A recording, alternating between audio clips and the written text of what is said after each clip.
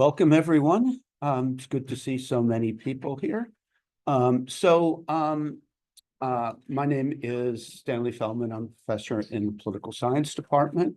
I'm joined today by three of my colleagues, Professor Galia Lahav, Professor Leonie Huddy, Professor Ryan Vanderwillen. What we want to do today is give you some insight into the contours of this election. To talk about what the major issues are, what the major factors are. We're not here to appraise the candidates, so we're not going to tell you who to vote for.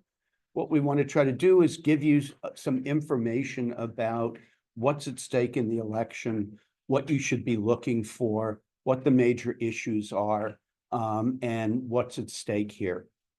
So we're each going to go through different aspects of the election and the campaign. And we're going to begin with something that you may not be paying as much attention to as you should, which is the battle for Congress. So let's start there, Professor Ryan Vanderwillen.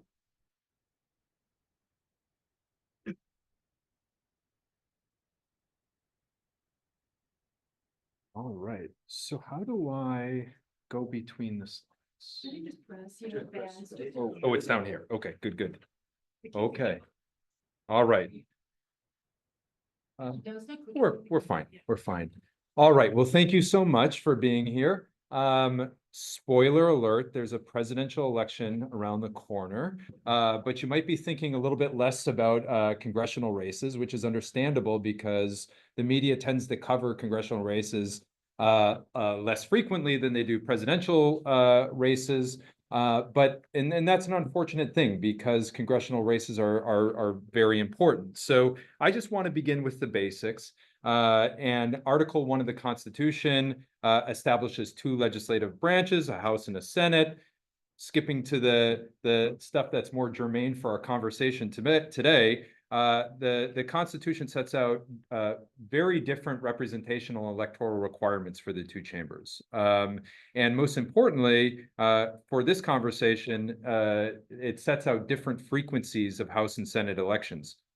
Senators are elected to one of three classes. So the Senate is divided relatively equally into three different classes, and senators serve for 6-year terms. Senate classes come up for election in a staggered fashion. So there's only one Senate class that comes up for election every 2 years. So roughly a third of the Senate is up for election every 2 years.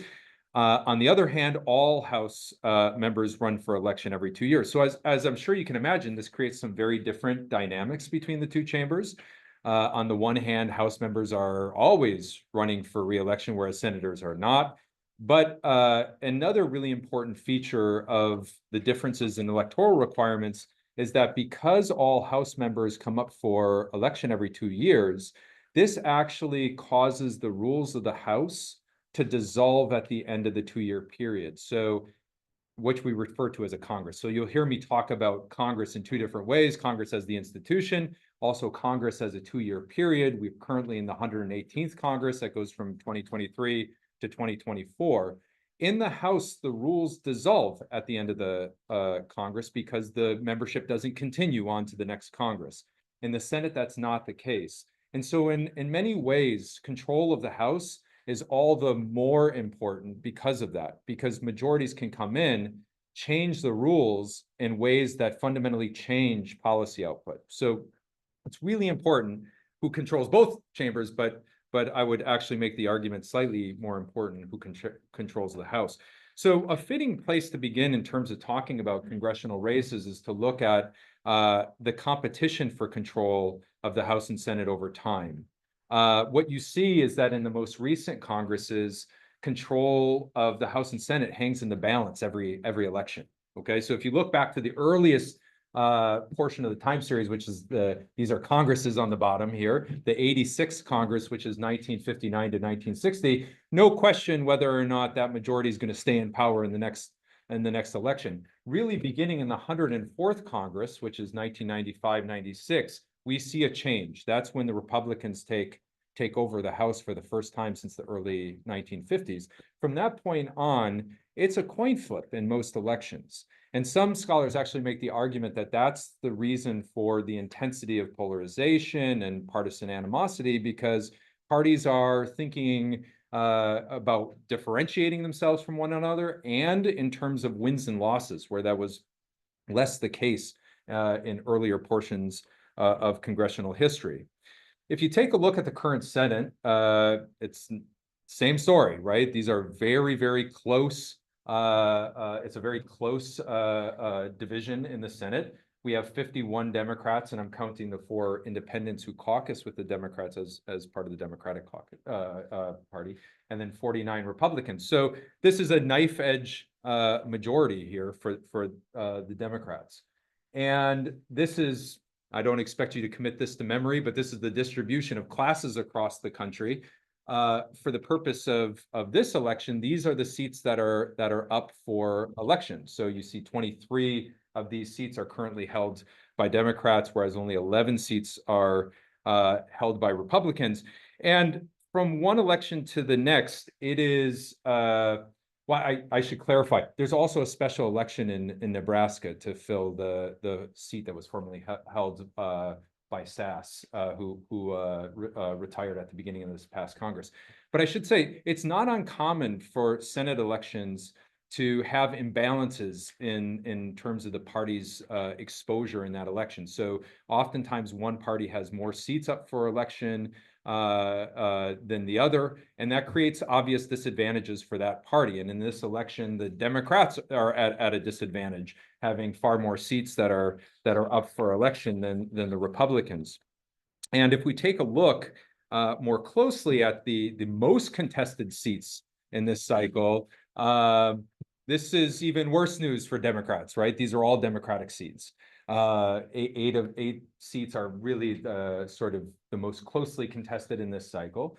And for most of these states, I think you won't be surprised to see them up on the screen here, right? So Pennsylvania, Ohio, Michigan, Wisconsin, Nevada, Arizona, those sound familiar probably because those are also swing states in the presidential election. These are really closely contested states there too.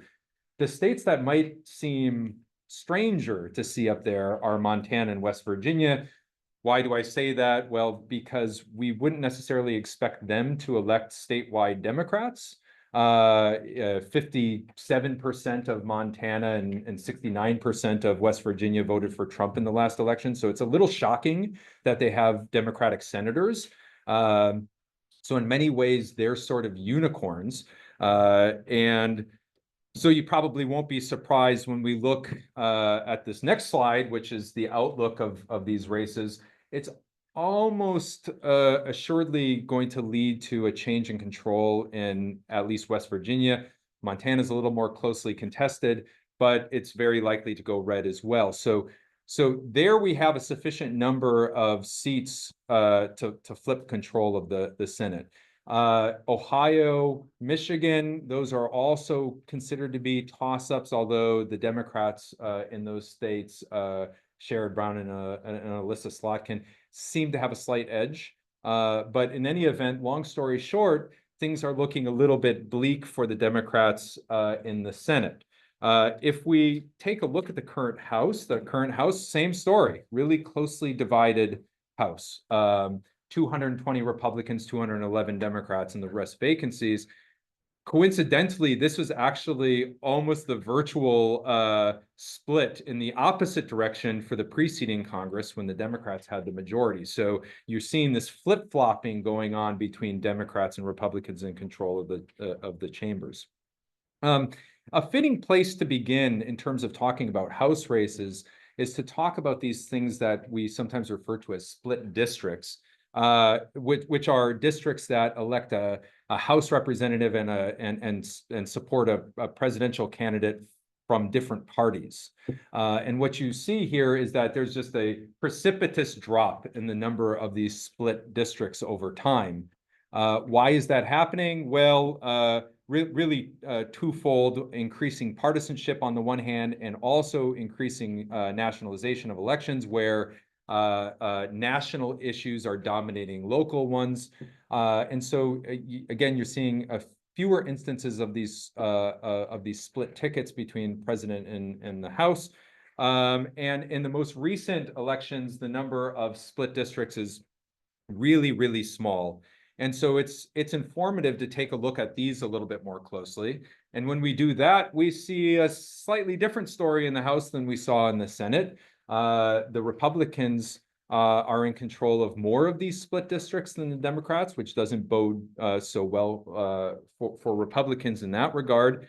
And a solid third of those Republican districts are here in New York, including the district that you're currently sitting in. And so this is not to say that the incumbents in these districts are going to lose or necessarily in any jeopardy, but these are really informative about the tightness of the race in these districts at the very least. Okay, so split districts are one way of looking at forecasting in the House. There are a few other things that we're interested in seeing, like presidential approval and also the generic preference poll. I'm not going to spend a tremendous amount of time talking about the presidential, how presidential approval weighs into this. In recent years, presidential approval has been an increasingly important factor in midterm elections and in presidential elections with an incumbent. This is a weird election, right? For that reason, because it's not totally clear how people are going to conceive of incumbency here, right? We have a candidate who is a current member of the administration, and we also have another candidate who was a former president. So it's not totally clear how incumbency factors into the coattails here. But you take a look, Biden doesn't have terribly great approval ratings, and Harris has a slight edge in favorability over Trump. But in any event, I don't want to put too much stock in this. I think it's more instructive that we take a look at the generic preference poll. And generic preference polls are just questions that ask people how they intend to vote in a congressional election, absent any names or specific candidates. And these have become quite good at predicting the national House vote. Okay, so now national House votes are also a little sketchy because they don't necessarily translate to seats, but they have been really accurate in terms of predicting the national House vote. And right now, the Democrats have a slight edge there. So that bodes well for the Democrats in that regard. So this all leads up to the question of, does any of this matter? And my answer is yes. I'm sure you're surprised to hear that answer. But the more appropriate question is, why does any of this matter? Why do congressional races matter? And the answer is really twofold, related to one another, but twofold. One, polarization is at an all-time high in Congress. And that means that when we have transitions in leadership, even if they're knife edge, one-seat advantages can lead the control of chamber to have vastly different ideological centers to their leadership. Okay, so as we go from Democrats to Republicans, we are jumping across the ideological spectrum. Okay, and in turn, that has implications for policy output. Okay, why does it have implications for policy output? Because even having slim majorities in the chamber gives these majorities tremendous powers, right, that the minority parties don't have. Okay, and so I'm just going to look at the most recent transitions. Oh, I lost the color here. The most recent transitions in control of both the House and Senate. So this is a look from the 117th, which was controlled by the Democrats, to the 118th, controlled by Republicans. And we see this huge jump from the liberal side of the spectrum to the conservative side of the spectrum. And what does that mean for policy output? Well, look at the policies that were produced in the 117th under Democrats. Where were they? All in the liberal side of the policy space. Jump forward, knife edge majority change, right? We have Republican output. So I'm going to conclude by showing you the same in the Senate.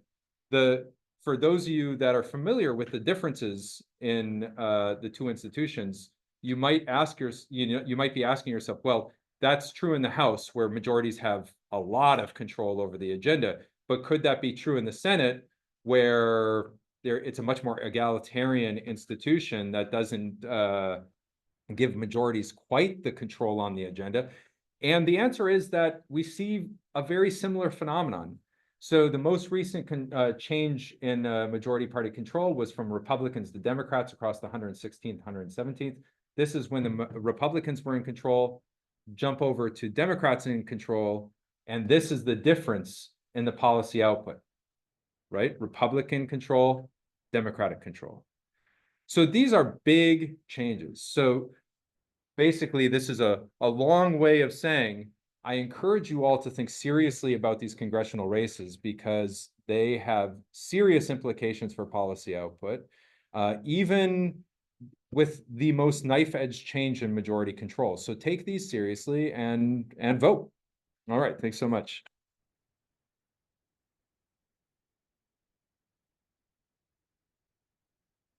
Well, thank you, Professor Vanderwill, and that was great. And I think, you know, we are living here in a district where your vote will matter. Just so how many of you are registered to vote here? So there you go. So your vote, often we say, well, our vote doesn't really matter. It will matter both. It may not matter so much in the presidential, we'll come back to that, but it will matter in your local congressional House vote. So think about that. And I think if we listen to Professor Vanderwill closely, we may again get split control. Senate doesn't look so great for the Democrats, but the House may look better. So we're back to the reverse of what we currently have, which is Democrats in the Senate and Republicans in the House. So what I want to do now is I'm going to shift to talk a little bit. Now, the rest of this will be about issues because we'd like you to think about something concrete as you're voting, right? You need to know what's at stake, what's going on, what would the consequences be? And some of the things that the candidates are promising you will depend on the US Congress, right? We have to be realistic about what a president can do. That's what we study in political science. So we're going to talk a little bit about some of the key issues. I'm just going to show you first. This is from Pew. A lot of us do a lot of polling in political science. And so this is really just what's important to voters. And if you take a look at the top and look at those blue and red dots, you'll see that there are differences in the priorities of Democrats and Republicans. I don't think it will surprise you to see the Republicans are talking, the Trump supporters are talking more about the economy. Democrats somewhat less, still say it's important, but that is more of a Republican issue in this election. So Republicans are talking about that more, say it's more important. If you scan down, so we're going to touch on the economy. We're also going to talk about immigration. You can see immigration is vastly different in terms of its priority to Democrats and Republicans. It too is more of a Republican issue, talking about immigration.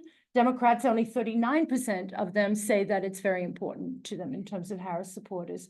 And we'll also talk about reproductive rights. And you can see there, we see the reversal, that's a major Democratic issue, and Republicans are talking about that less. But nonetheless, these three issues dominated the debate. How many of you saw the debate? Because we had a big debate party. I know Professor Rose did a great job bringing you all to see the debate. So this is, now you won't be surprised if you watch that debate to see there's more red than blue here.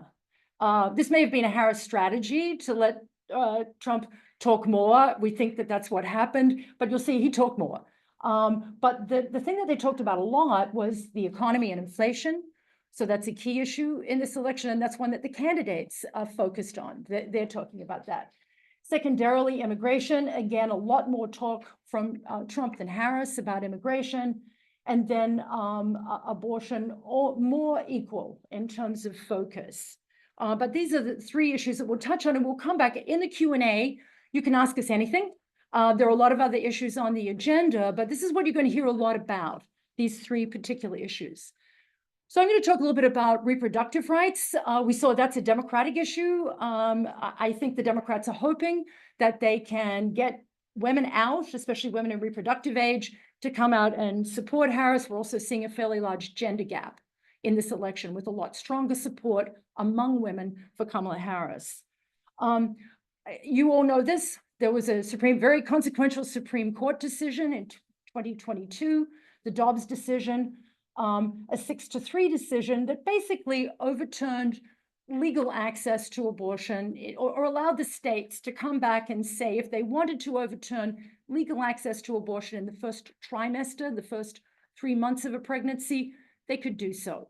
And this was obviously overturning a very long-standing Roe versus Wade ruling, followed by Planned Parenthood versus Casey in the 90s, that basically made abortion legally available. Whether it was practically available is an issue, but it was legally available for a reason in the first trimester.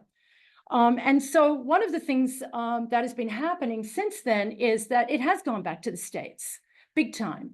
And so what we've seen, if you look at these different colors, the darkest color is places where abortion is now illegal. So there are 14 states that have made abortion illegal. We can see that some states have been hostile, some it's not really protected. Some states it's protected, some have expanded access. You'll see New York has expanded access. So this is the current landscape. There is actually a proposition, again, that you'll be seeing on the ballot in this election that further expands rights to abortion in New York State. So you will be seeing that. But other states where it has been banned are voting to overturn those bans. We're seeing 1, 2, 3, 4, 5 states, Arizona, Florida, Missouri, and you probably heard about the Florida. If you've been following politics, you've heard about DeSantis trying to, opposing this amendment or proposition. But these are attempts to overturn those bans. So there are 5 states where this is happening. And if we look at what's occurred in recent elections, these overturning of bans has actually been pretty successful at the polls. So there's big fights going on in Arizona, and I think the thought is this may also get some people who are in favor of reproductive rights to the polls in those states. So as you're looking, we'll come back to on election night, what you'll be looking at. This is also something to be looking at, is to see whether these bans are overturned. There are certain states that are strengthening or maintaining these rights. And as I mentioned, New York has a New York State Equal Rights Amendment. Not quite clear what it's all about, but it's going to add protections for people who experience discrimination and explicitly prohibit any discrimination based on pregnancy or pregnancy outcomes. Come back to this issue, but there are concerns that Republicans, Donald Trump, may want to track pregnancies to follow the outcomes of these with potential punitive actions if those pregnancies are terminated. So it is somewhat of a scary landscape in terms of reproductive rights. Let's turn to the candidates. So what have they been saying? The first thing is the possibility that there might be federal legislation. Now, again, I want you to take this with a grain of salt. Kamala Harris is talking about enshrining these protections of Roe versus Wade, which is legal access to abortion, by passing a piece of legislation in Congress. And basically, it would protect the right to abortion until fetal viability. That's a debatable period. In the old days, it was the 3rd trimester of the pregnancy. That date shifts. It would allow state bans after that time with exceptions for medical emergencies. So that is what Harris is proposing. Could she pass it? Probably not. I just want, again, you need to be realistic about what's happening here. She needs 60 votes in the Senate. We just said the Senate can flip towards the Republicans. That's unlikely to happen. She's saying she would do it. Candidates say these things. You have to be the judge about whether they in fact can do them as you're thinking about what to do. And she would oppose a federal ban on abortion. If we look at Donald Trump, he would like to, again, if you followed this, there's a bit of flip-flopping here, but he would like to turn this back to the states, which has happened. And as far as he's concerned, it would be okay for states to monitor pregnancies and file criminal charges against women who receive abortions. I mean, he's just sort of saying, hey, it's up to the states. Too bad if you live in a state where this happens. I'm throwing my hands up in the air. I'm not going to talk about this. Obviously, Harris is saying Trump appointed the 3 Supreme Court justices who helped to overturn Roe versus Wade. And he's gone back and forth on whether he would support a federal ban on abortion. So this is the deal with legalization. And if you look at public opinion, just a quick reality check, most Americans tend to support legalization of abortion. You can see in the first graph on the left, that's 63 to 36. It should be legal in all or most cases. If we break that down by Democrats and Republicans, about 41% of Republicans also support that. So there are mixed opinions among Republicans on what should happen with reproductive rights. A second issue comes up. We've talked about legislation. That was, can Harris get her legislation passed? Could Trump get his legislation passed? But there are other things that an administration can do, and some of those are called administrative actions. They can issue regulations through the Department of Health and Human Services. And so under the Biden administration, after Dobbs and Roe was overturned, they came out with a ruling that ER hospital doctors were obligated to provide an abortion if needed to stabilize a patient. But this ruling has been subject to continual challenge. This is some of the problems. If a president decides to tell his departments, we need to get this done, okay, but that can be challenged in the courts. So again, these promises may not be realizable, right? You have to also remember that. What Harris does support also, so this is the current ruling, but subject to legal challenge. She also supports access to medical abortion. If you follow the reproductive rights debate, we know right now 60% of abortions occur through medical abortions. In other words, pills, abortion pills. So and that number has gone up. After Dobbs, it went from 50 to 60%. So women are getting these pills. We know they're banned in some states. You're not supposed to be able to get them. She supports access to mifepristone, one of those pills. There has been a ruling that pharmacists who violate the civil laws and not administer these pills are violating the law. One last piece, there's an ancient piece of legislation, the Comstock Act of 1873. This is really going back into the dim, dark ages of abortion history. And it basically banned sending lewd information or information about contraception or anything like that through the mail. And so it has never been gotten rid of. It's still on the books. It's not enforced, but there has been discussion about bringing it back and basically putting it into action, using it to stop mailing of medical abortion pills. So this is a fight that will come. If the Republicans are elected, they may decide that they're going to try and enforce this and ban the mailing of mifepristone through the mail. And again, we said 60% of abortions these days occur through this fashion. And also the abortion pills have been approved by the FDA. Trump has talked about, it's not clear. Again, we're a little unclear on this. Would he actually request that the FDA remove approval of mifepristone and misoprostol so that they are no longer freely available? So these are key issues, additional issues that really are about the regulations that the president can take, stances that he can or she can take. It's great to say he or she can take to change the way things are happening here. And just a quick, this is just to show you again, on the left-hand side, medication abortions through the pills have increased dramatically over time. If you look at this graph, it's just showing you different groups of people who say that medical abortion should be legal. In no group isn't there a majority. So of all these different demographic groups, everyone thinks that that should be legal except for conservative Republicans. So if you're even moderate to liberal Republicans approve of access to medical abortions, again, the way that this is largely happening. So I'm going to turn it over to Galia Lahav to talk about immigration. But again, think about these issues as you're figuring out how to vote. Thanks. Thank you.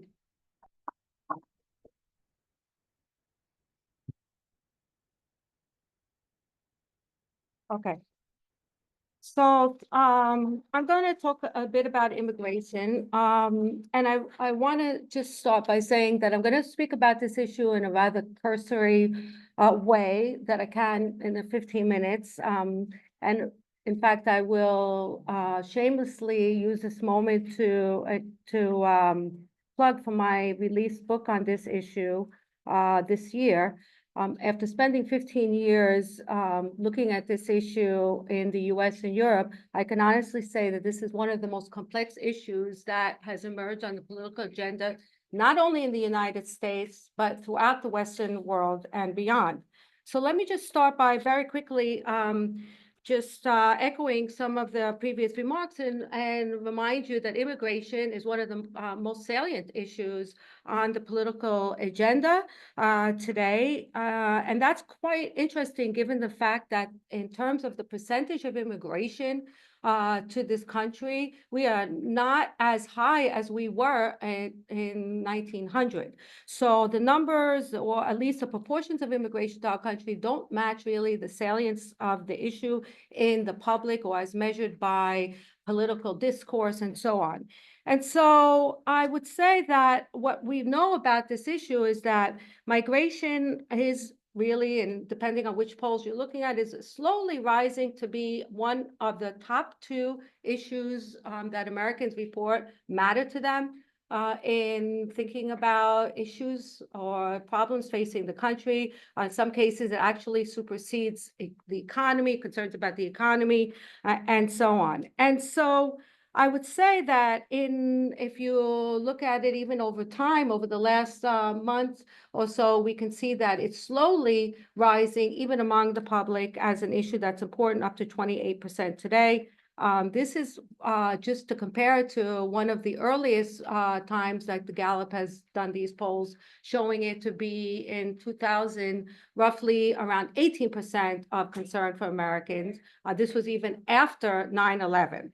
So more importantly, I would say that immigration is not only one of the major factors in voters' electoral preferences, but more than anyone, if you can just see this figure, more than ever, very few people in the electorate even say that it's not even a major issue. So you can see from this stat that 25% of Americans registered say that a candidate must share their immigration views in order to secure their vote. And that, I think, is rather striking if you look at the historical trajectory. So we know that immigration is important.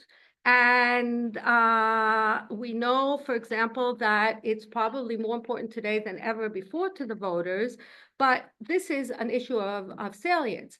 The question that I want to raise with you is, how polarizing is this? This is a very important concept that in political science we often look at, because polarization or division, the intensity of the divisions between the partisans is really important and often can, as we've just seen, predict outcomes, policy outcomes. So, for example, in the late 1990s, immigration and abortion were not necessarily salient issues, despite the fact that we all know that forever people are polarized around these issues, right? People know where they sit on abortion, where they sit on immigration. Today, those two issues are not only polarizing, but they are also salient, meaning that they're very high up in the electorate's thinking on voting. So what's this about? I want to just very quickly talk about it and look at some of the differences, in fact, that exist, and some of the differences that, in fact, generate what we call strange bedfellows, meaning sort of the sort of cross-fertilization of conservatives and liberals on the issues, and even the division within political parties, within the Democratic Party, within the Republican far left around this issue. So how are we divided? I need to just spend a moment just being professorial and note that immigration as a policy issue is really a very confounding and complex policy issue, because it's divided between immigration policies that are made about admissions and exits, for example, deportation, and issues of numbers, quotas, and so on. And then there's immigrant policies that are made for immigrants once they're inside the territory.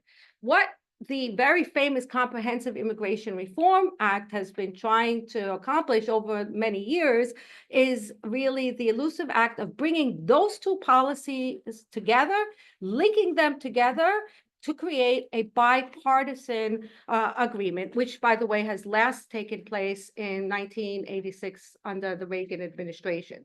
So I just want to take that apart and bring up some of these issues that you should focus on. Will be very, very important in breaking down this comprehensive reform that is so much at least the discourse.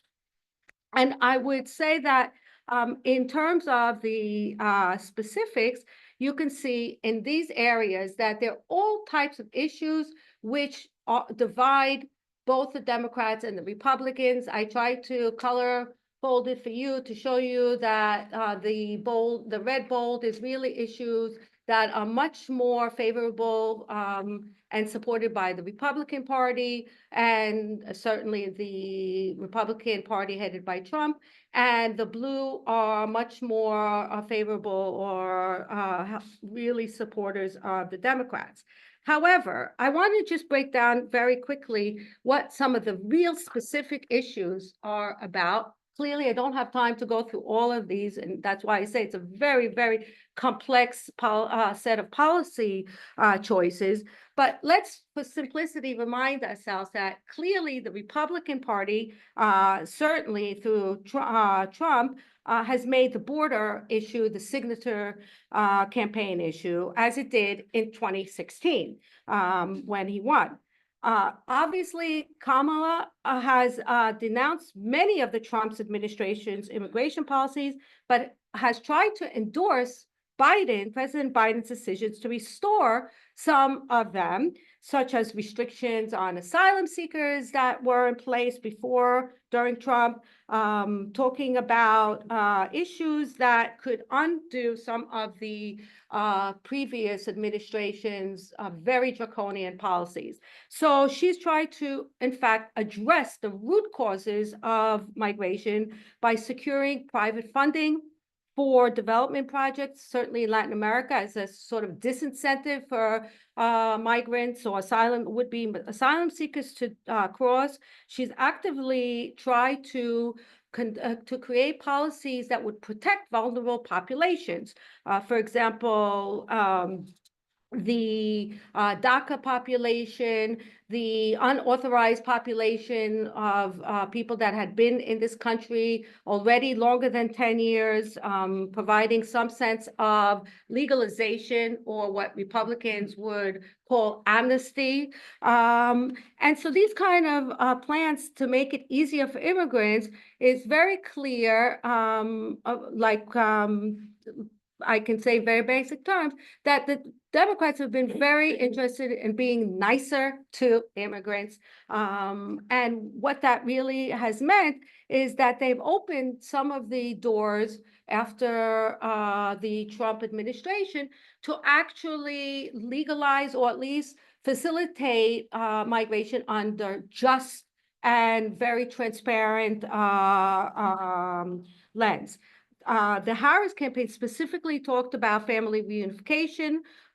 They really very much against family separations, which was part of the Republican Party's platform.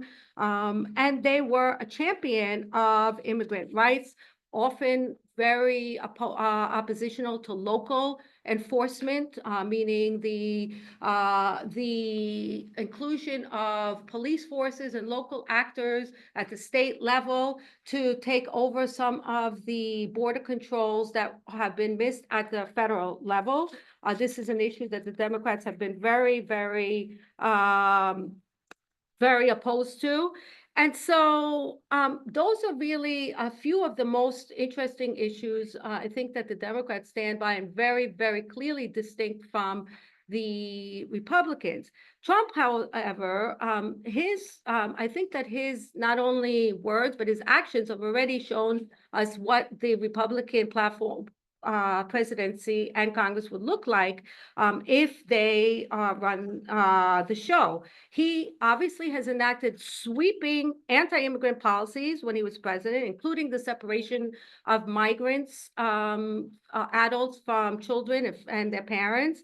If elected again, he said that he would like to round up millions of undocumented immigrants and detain them before deporting them en masse. He in fact claimed again that deportation will be the largest in history. So much of this is actually based on excluding any kind of due process or any kind of remedial operations that many of the unauthorized migrants would possibly receive. He's also very interested in expanding Title 42. This was a public health law that was used to deny asylum seekers entry to the United States and was used to expel unauthorized migrants. He's very interested in actually expanding the public health law to include all kinds of diseases like tuberculosis, mpox, etc., as a deterrent for any unauthorized or any asylum seeker to actually enter the country. And he goes as far as talking about deputizing not only local actors, but also the National Guard to monitor the Southwest border in particular. So these are really drastic issues that would certainly, as my colleague just mentioned, be very difficult to operationalize given the courts, given all of the funding that is needed to do so. And so in much the same way as the previous issues, a lot of this comes down to the rhetoric or instilling some kind of fear in the public, including the idea that he would like to revoke the 14th Amendment of our Constitution in order to revoke birthright citizenship to children that are born to unauthorized migrants. Very, very, very untraditional kind of policy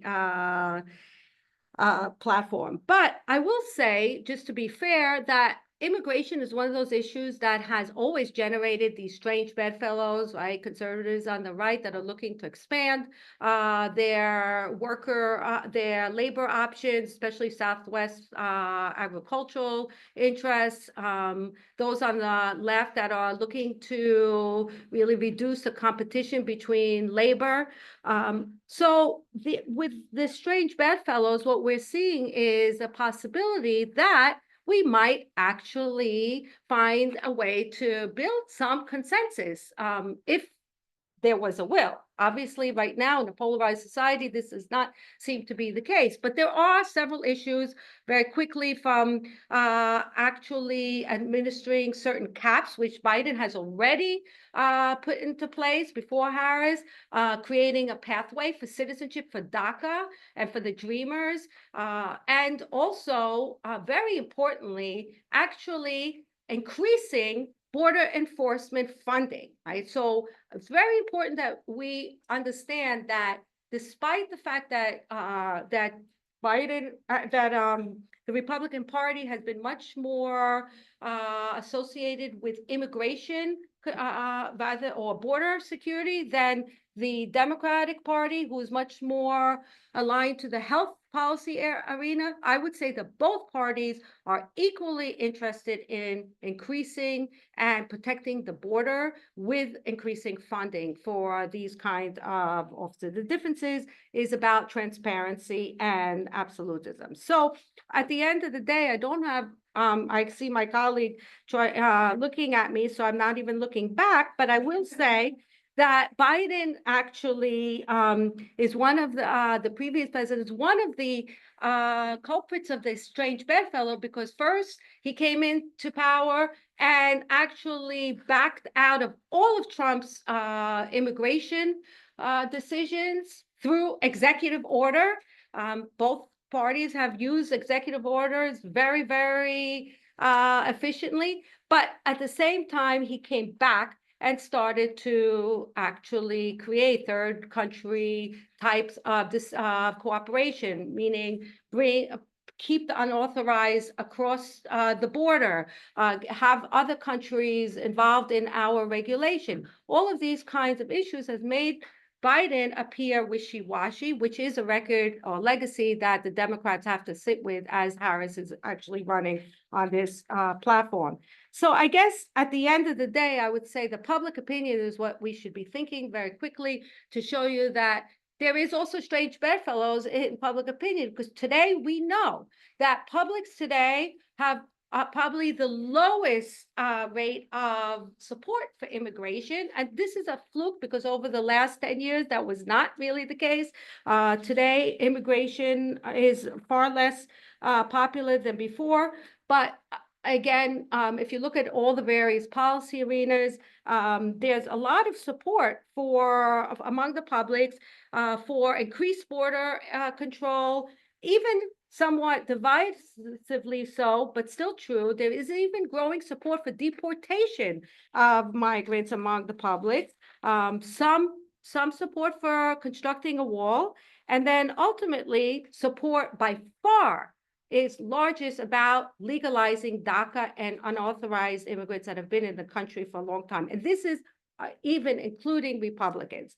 So publics, if you will, should probably be thinking about some of the myths, which I will not talk about, that have been used in this debate of whether immigration has an effect on crime, which is a very big story for Republicans, whether immigration is a threat to growth, which again is a big threat. But I will say that finally, the real issue comes down to I'm going to skip these slides. The real issue comes down to really not so much the facts on the ground, which there are many, but also the values that voters have about immigration. As you can see, there are changes, demographic changes and needs in our population. There are even swing states that will rely not only on eligible immigrant voters, but also the backlash to immigrants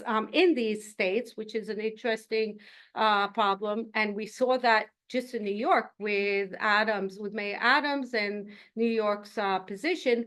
However, at the end of the day, I will remind us again that we need to think about skipping what kind of America we want to be as voters. And that is, do we really want to be an America that's expansive, that's growing based on the expansive labor market that we need for growth? Or do we want to really think about the millions of so-called invasion of foreigners who happen to have these strange habits of eating animal pets and so on? And so this is really something that I hope you all think about when you try to digest where you sit on this kind of issue, a very, very important one for the future of the US, especially in a setting like here where we have a very large percent of immigrants or foreign born in our midst. Thank you.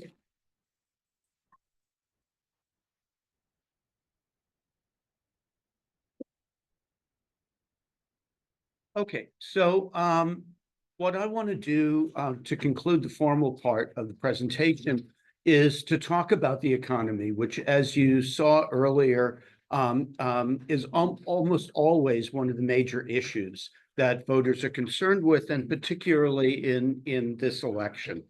So back in 1992, Jim Carville, who was a campaign advisor to Bill Clinton when he was running for re-election, famously posted a sign in the Clinton campaign headquarters that said, "The economy's stupid."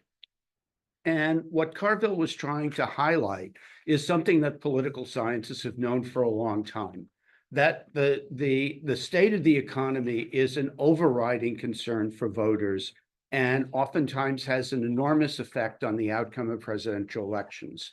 Many of the models that political scientists have developed to try to predict the outcome of elections, within those models, the state of the economy plays a large role. To oversimplify a bit, it's generally the case that when the economic conditions are considered to be good, the income the candidate of the incumbent party wins the presidential election. Alternatively, when the economy is considered to be doing poorly, the challenging candidate wins. So what can we say about voters' assessment of the economy now and how it will affect the election? This is really complicated because we're still operating in terms of the after effects of the COVID pandemic. If you remember back, most of us try to forget this, but it was only 4 years ago when COVID and the closing of businesses and schools and the like led to a sharp downturn in the US economy. There was a stock market crash very early, February, March of 2020. The unemployment rate went very quickly from 3.5% to almost 15% in a matter of a couple of months. So it was a very sharp contraction of the US economy. 20 million jobs were lost over that period. Congress acted fairly quickly. There was legislation, 2 major pieces of legislation in March, including the CARES Act, which was $2 trillion. And I emphasize not billion, but $2 trillion of emergency assistance. There was more assistance passed at the end of 2020, and then a second very large bill, the American Rescue Plan Act, again, almost $2 trillion in early 21. So a lot of money was spent by Congress in an attempt to try to rescue the US economy. The recession actually officially ended fairly quickly, but the economic consequences have persisted. Let me show you what's happened, right? So the first thing to note is unemployment. And what you see is that spike, right, which is the rapid increase in unemployment that I just mentioned in the beginning of 2020. Notice that it starts to go down fairly quickly, right? The legislation and partial reopenings have an effect. But notice by the beginning of 2021, when Biden comes into office, the unemployment rate had gone down substantially, but was still quite a bit elevated over what it had been before the pandemic.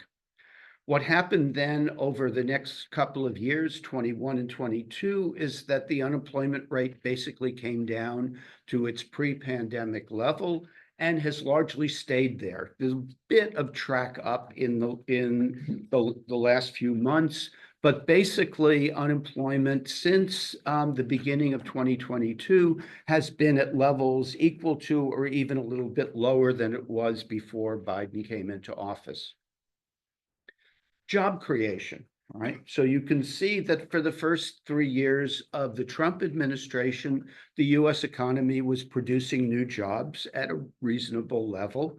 Then, of course, you see that precipitous drop because of COVID in 2020, and you see a quick rebound in 21, the US adding jobs back. But notice that under Biden, the US economy continued to do well in terms of producing jobs, if anything at a higher rate than was the case under Donald Trump. GDP growth shows the same, pretty much same story. You see that low bar in 21, which is the decline because of the recession. You can see the sharp recovery. And then you can see that GDP has continued to grow in the current administration. There was a bit of a lull in early 22, but basically GDP growth has been pretty solid throughout the Biden administration at levels comparable to or a little bit better than under Trump. Here's where we get to the obvious problem, and that's inflation, and that's what basically is driving most people's assessment of the economy now, right?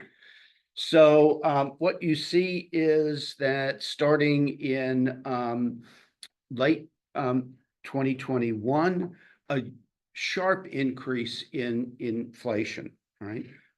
Going up to somewhere in the vicinity of 9% inflation rate in early 2022. It turns around right after that and starts coming down.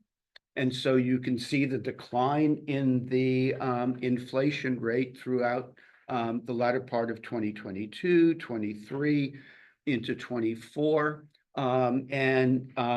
The graph ends before the last few readings, which show inflation returning to pretty much the acceptable level.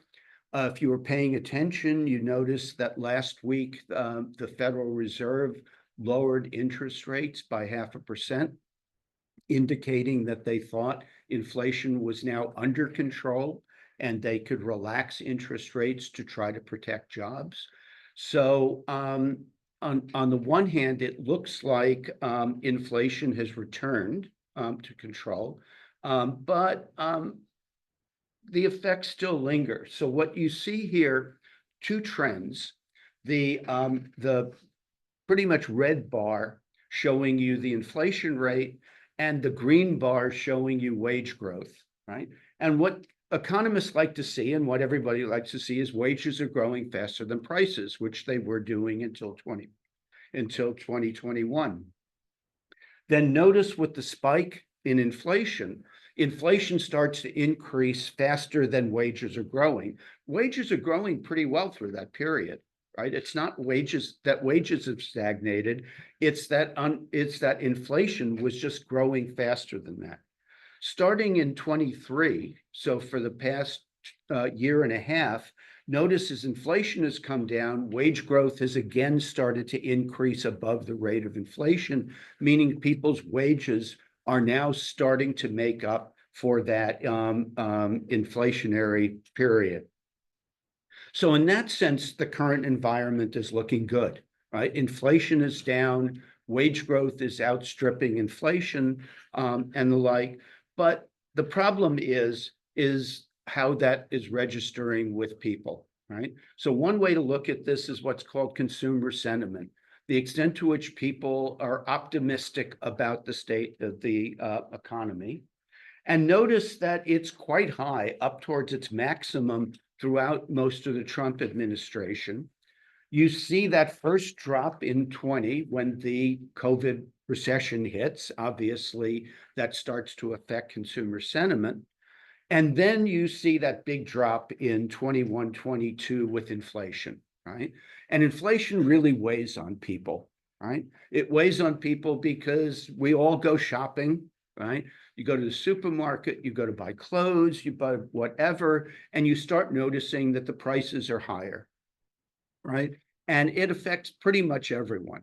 Well, if you're not Elon Musk or someone like that, it affects most people in terms of purchasing power, and it lingers because people remember that they're paying more for groceries, they're paying more for other things than they were paying just a couple of years ago. You can see that as inflation has started to taper off, consumer sentiment has started to improve, but notice that it's still markedly lower than it was under Donald Trump. And that's the big issue, right? The extent to which people still are factoring in inflation as the major economic issue is a clear concern for Kamala Harris as the vice president under Joe Biden, to the extent to which voters blame Biden and therefore by association Harris for inflation. That is clearly a negative factor. Not surprisingly, Donald Trump would like to remind people about inflation and what's happened to prices. And Kamala Harris would like to emphasize that under Biden, the economy has grown, jobs have grown, and inflation is now returned basically to its pre-COVID level. The question is, how will voters sort out those arguments, right? Will they continue to penalize Harris because of concerns about Biden's policies leading to inflation? Or will they start to feel optimistic that inflation is under control, interest rates are coming down, and things will be better? So let me just briefly finish by talking about the economic policies that both candidates are offering. And the first, a disclaimer, it's pretty clear that neither Harris nor Trump has really articulated very clear positions on the economy and what they would do in terms of economic policies. So if I sound sketchy here, it's only because I can only repeat what the candidates are saying. Kamala Harris has put forth several proposals: a child tax credit, $6,000 tax cut for the first year for parents with a newborn child, an increase in the earned income tax credit. The earned tax credit benefits low to middle income families, particularly families with children, to give them a substantial credit on their taxes. She's also talked about making it easier for first-time home buyers by providing $25,000 for first-time home buyers, putting policies in place to create incentives to build potentially 3 million new homes and rental units, right? So clearly a focus on housing. And also has talked about increasing taxes on wealthy Americans and on corporations. When Donald Trump came into office in 2017, he signed into law a major reshuffling of the tax system in the US, which dramatically lowered corporate tax rates and lowered taxes on wealthiest individuals. What Harris has talked about is increasing some of that corporate tax rate back, not entirely to where it was before Trump's policy, but closing much of that gap, and also reversing the tax cuts on wealthiest individuals while preserving the tax cuts for people less than $400,000. Donald Trump clearly wants to emphasize his 2017 tax cuts, that he would extend them, that he's talking about further reducing the corporate income tax rates. It's fair to say that if we can pinpoint a very clear difference between the two candidates on what they would do in office if they could get congressional approval, it's on taxes, right? Donald Trump wants to decrease corporate taxes, decrease taxes on wealthy people. Kamala Harris would reverse much of that, increasing corporate tax rates and increasing taxes on the wealthiest Americans. Donald Trump has variously at campaign events talked about eliminating income taxes on overtime wages, on tips, on Social Security benefits. How serious those are, whether or not any of that would get through Congress is unclear, but he has mentioned that. The last thing I want to talk about, because this is something that Trump has repeated over and over again, so we need to take him seriously on, is tariffs. And he's talked about an across-the-board 10% tariff on all US imports, and potentially 60% on Chinese imports. So let me just say a couple of things to make sure we're clear about tariffs and what the implications would be. Right? So the general purpose of tariffs historically has been to protect domestic industries against foreign competition. So imagine that a US car manufacturer produces a car and charges $33,000. And imagine some foreign company is importing cars that they want to sell at $30,000, either because of lower wages of overseas, or because they're getting subsidies from their governments. So what would consumers do? Well, they've got a choice of two equivalent cars, one imported for $30,000, one produced domestically for $33,000. So they buy the car for $30,000, and it leaves the domestic producer unable to sell their cars. So the government could protect the domestic producer by saying, we're going to impose a 20% tariff on the imports of those cars. That would mean that the foreign car manufacturer would have to pay $6,000 to the government to import the car. That $6,000 would be added to the purchase price of the car, which means the foreign car would now cost $36,000 compared to the domestic car, $33,000. And obviously the domestic car is now a better deal. Consumers still have to pay $33,000 instead of $30,000. But the logic is that the tariffs have protected the jobs of American workers, right? What happens if tariffs on goods go into effect in which there's no domestic product, right? Well, if something that we only buy that's made in China or Vietnam or Bangladesh is subject to 10% tariffs, the price of the product goes up by 10%, right? That's the logic of tariffs. Tariffs work because they increase the price of foreign goods. And so it's important to think about what the trade-offs are in terms of a proposal to increase tariffs and what that would do to prices of the sorts of things that we all buy that are produced abroad. So let me end there. And that's the end of our formal presentation. We still have about 40 minutes. 20 minutes. We still have about 20 minutes. I don't want to keep you that much longer. So what we can do is now take questions. So let me ask that we take questions and not statements.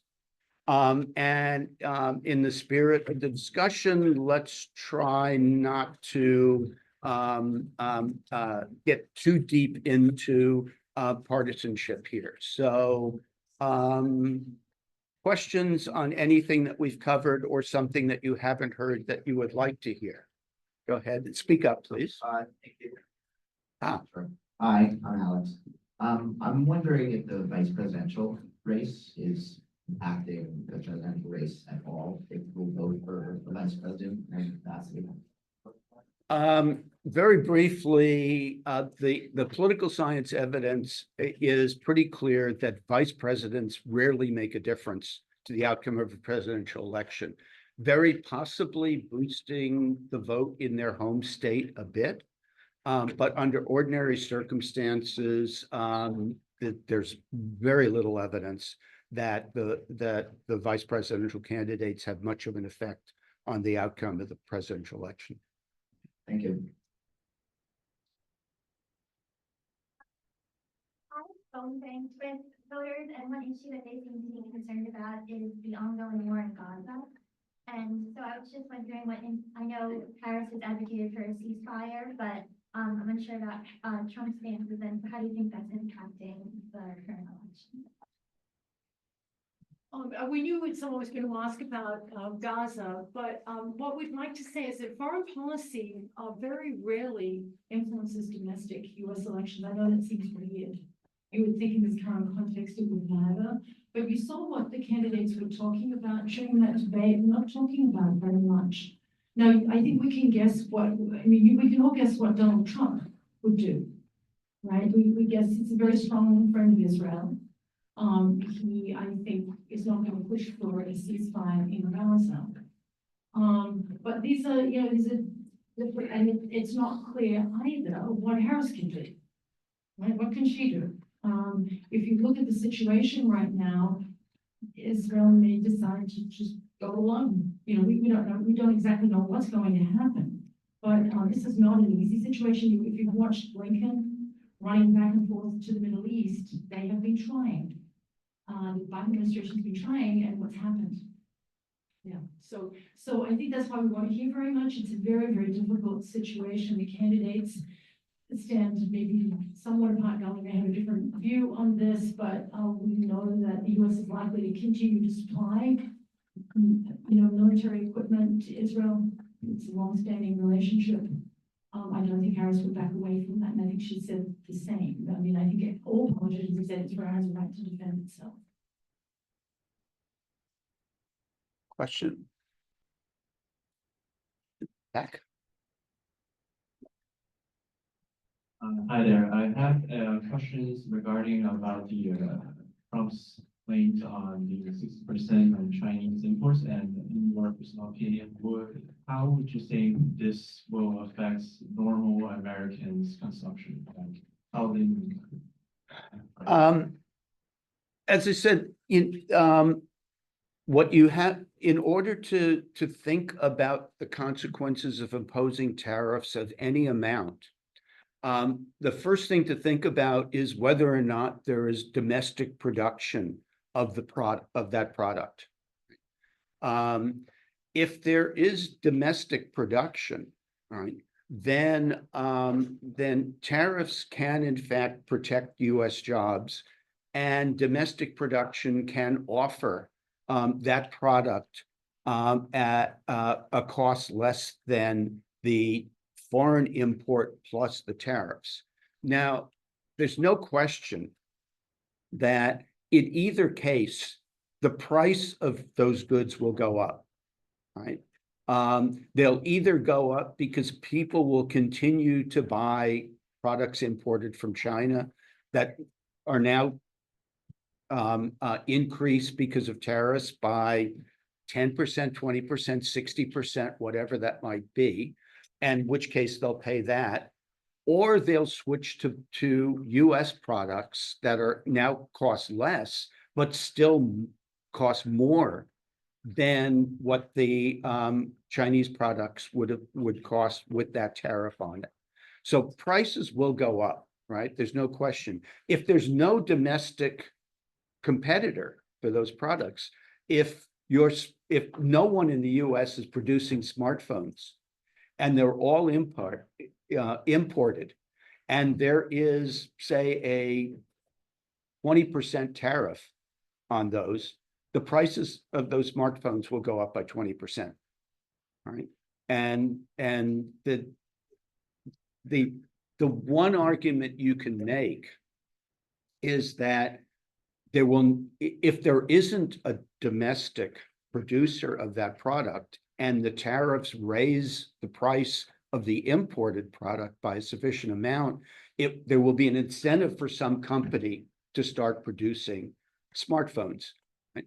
How quickly they could do that, right? If there's no manufacturing capability right now, how fast they can do that is unclear, right?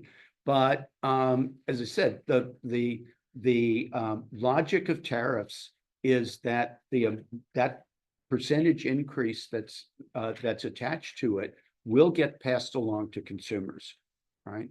That's why tariffs work. If the percentage was not passed along to consumers, then tariffs would be useless for protecting domestic industries, right? So that's the thing to keep in mind. Just to piggyback on that really quickly, it's very difficult to surgically implement tariffs. So even if there is a domestic industry that is responsible for producing goods, they oftentimes source their materials from overseas and what have you. So it's not a panacea, not a guarantee that the domestic goods will not increase in price as well. So it's a very difficult thing to implement to achieve that goals.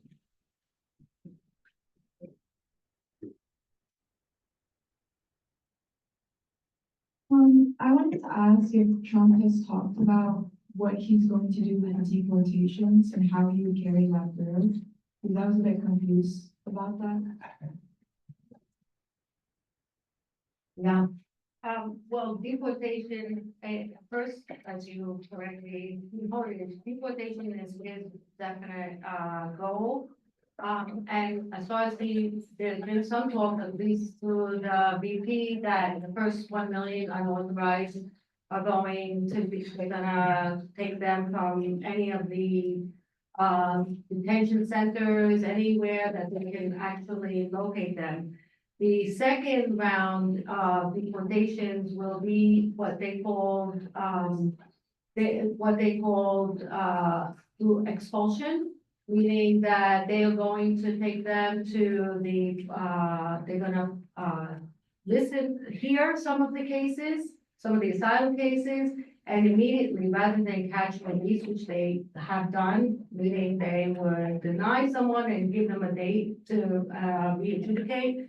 At this point, he's talking about immediate, expulsion under this expanded Title 42. They want to actually create, this expulsion policy. Now, a lot of this talk about deportation is really very, very rhetorical, because it would take a very long time and many court cases. In fact, some of these deported cases have gone under, Biden and under, of course, Obama, who was known to be the deporter, in chief. This is a common ground, and most courts have actually stopped it. So, yes, the deportation is really one of his goals, mostly by, one of his most, realizable, approach will be to deny due process, and that will definitely be a game changer. Yes, so let me just add to that. From what I understand, if they do this, they're going to find you very quickly. So just be ready for this. So what I understand is that there may be 1.4 million people who've already received deportation notices. In other words, they've gone to an asylum hearing, it's been denied, which means they've been in court recently. There's some information about where they are, where they live, and as best I understand it, the administration, the people around Trump are thinking that's where they're going first. It's 1.4 million people. They think they're going to do it very quickly. We have no idea if they have the capacity. What does this involve? Driving 1.4 million people across the border? Where are they going? Are they going to have to build housing for them? Are they flying them somewhere? The whole thing is almost inconceivable, right? We can't imagine this. But we know that there are people in Trump's inner circle planning for this. So it's just something to be aware of, you know, that this, even though no one's taking it all that seriously, we haven't heard that much discussion about it, but I think behind the scenes, there were really firm, concrete plans afoot.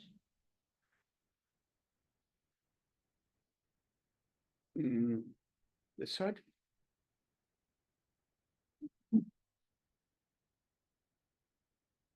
So this seems to be a really close election. I was wondering, how do you think both candidates will try to appeal to any undecided or independent voters in the swing states?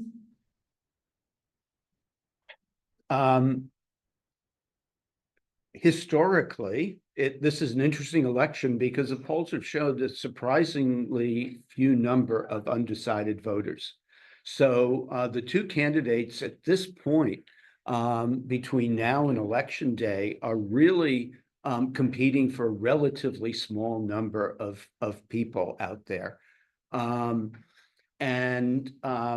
You know, I think what you're seeing is that each of the campaigns are going to try to emphasize the issues that they think will matter most for that small group of people. In the case of the Harris campaign, there's going to be a lot of emphasis on reproductive rights. Apparently, she is going to have a major speech soon talking more about her economic policies to benefit middle-class Americans. And so you'll hear more. I think those will be major attempts of her campaign to win over undecided voters. What we've seen from Donald Trump is reminding people about inflation and immigration. And those are likely to be his approach in those case. The other thing to keep in mind at this point is it's really hard to predict how these last undecided voters will go. You know, we tend to think, oh, these are people who really sitting there thinking hard about the issues and trying to make sense of things and waiting to see how it plays out. That's true to some extent, but they're also people are undecided. A lot of them are people who are just not that tuned into politics, not paying that much attention, which makes them somewhat unpredictable.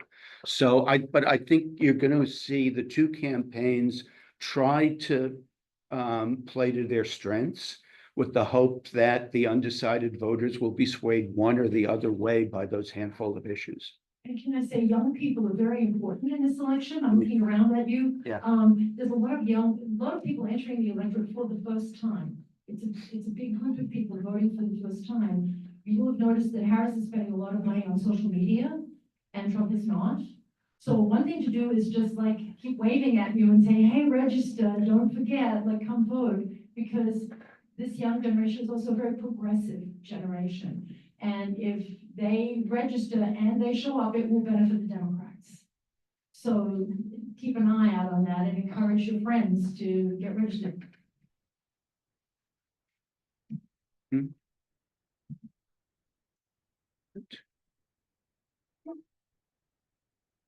A lot of people have been centering the war in Gaza as their like main point in voting and have been using that to justify third-party voting. And to what extent do you think it's going to hurt Kamala Harris? The evidence right now is that overall support for third parties is fairly quite low. It looked like it was going to be higher at some point. Robert Kennedy Jr. Was getting some attention. His campaign completely imploded. I haven't seen very much attention to Green Party. So it's not looking like third-party vote will be substantial. However, we're looking at an election that could very well be decided by very small margins in a handful of states and doesn't take very many votes. In some cases, 15, 20,000 votes in a state could easily swing the state. So yes, if some people decided that they were going to support, say, the Green Party in those numbers, even though it's not going to look like much at the end, in certain states that could be decisive. I think it's unclear at this point. Generally speaking, support for third-party candidates tends to keep going down as you get closer to the election, as people think that they don't want to waste their vote. Whether or not some people will just decide that the policies, the Middle East policies, for example, of both the major candidates are unpalatable and therefore vote for a third-party candidate, that's always possible.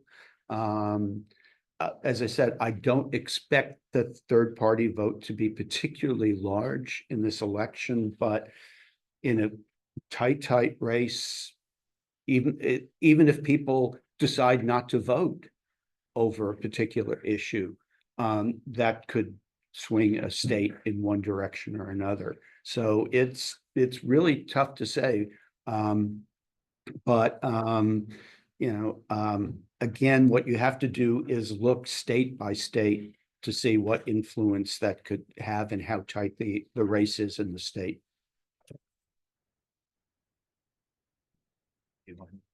We probably have time for one more question. Anyone want the last? Yep, right. Yep. Yeah, go ahead. I'm just curious, I know that Trump is asking to hand count votes. Is that something that's actually going to happen, or is he just talking? Well, this is why I don't have an answer. This is moving forward in Georgia, though, right? Yeah. Before in Georgia. Yeah, boy, that's a complicated issue. the Georgia Election Board had issued a ruling that all votes in the state needed to be counted by hand. If nothing else, that will mean it could take days before we know the outcome of that election. And if it turns out that that decides the outcome of the entire presidential election, obviously that's going to create quite a difficult situation. It's not clear whether or not that ruling will stand. It will certainly go to court, and state officials may very well overrule the election board. If I was betting at the moment, I would bet that that ruling doesn't hold. But we'll see. But it certainly, if it does, right, if they go through with that and count votes by hand, I think we should all hope that whatever the outcome of the election is, it doesn't hinge on the outcome of the election in Georgia. Listen, thank you very much for coming. We're doing this again on October 30th, which is just a few days before the election. We're going to analyze the campaign. We'll talk more about the polls, what to believe, what not to believe, what to look for on election night, get out the vote efforts, what turnout is looking like. So if you enjoyed this, and thanks for hanging in there, everyone, we'll see you again at the end of October. Thanks for coming. Thank you.